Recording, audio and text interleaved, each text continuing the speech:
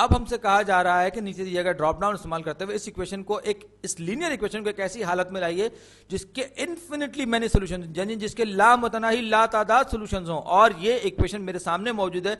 Parenthesis के अंदर x-2 उसको 4 से मल्टीप्लाई किया, फिर पैरेंथेसिस से बाहर प्लस x है, और फिर दूसरी तरफ 5x प्लस, और फिर ड्रॉप डाउन है जिसमें हमें कुछ भी ले सकते। तो 4 इसको अगर मैं एक्सपेंड करूं, डिस्ट्रीब्यूट करूं, तो ये हो जाएगा 4x minus 8 plus x is equal to 5x मुझे दिया गया है, दूसरी रकम मुझे नहीं मालूम तो मैं इसको ब्लैंक छोड़ देता हूं।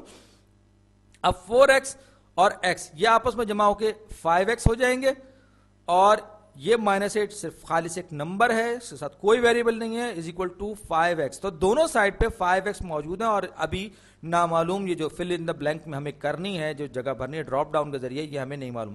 तो अगर आप देखें, क्योंकि हमें इन्फिनिटली मैनी सॉल्यूशंस चाहिए, तो 5x is equal to 5x, दोनों के दोनों वेरिएबल्स कैंसिल आउट हो जाएंगे। तो यहां पर खाली जगह में मैं अगर -8 रखूंगा तो मेरा जवाब सही होगा, क्योंकि ऐसी सूरत में 0 इज इक्वल टू 0 हो जाएगा, दोनों तरफ की जो टर्म्स है वो सिफर बन जाएंगी। 0 इज इक्वल टू 0 एक लेजिटिमेट मैथमेटिकल स्टेटमेंट है, लेकिन इसमें x इन्वॉल्व नहीं है, लिहाजा हम कहेंगे कि इस इक्वेशन के इन्फिनिटली मैनी सॉल्यूशंस है। तो -8 इज इक्वल टू 8 भी लिख सकते हैं इसको, क्योंकि x और x कैंसिल हो जाएंगे, ये भी एक मैथमेटिकली लेजिटिमेट इक्वेशन है, इसको हम 0 इज इक्वल टू 0 भी लिख सकते हैं। लेकिन बहरहाल यहां पर जो मुझे रखना है, यहां पर 5x -8 जब मैं रखूंगा तो ये बात सही होगी।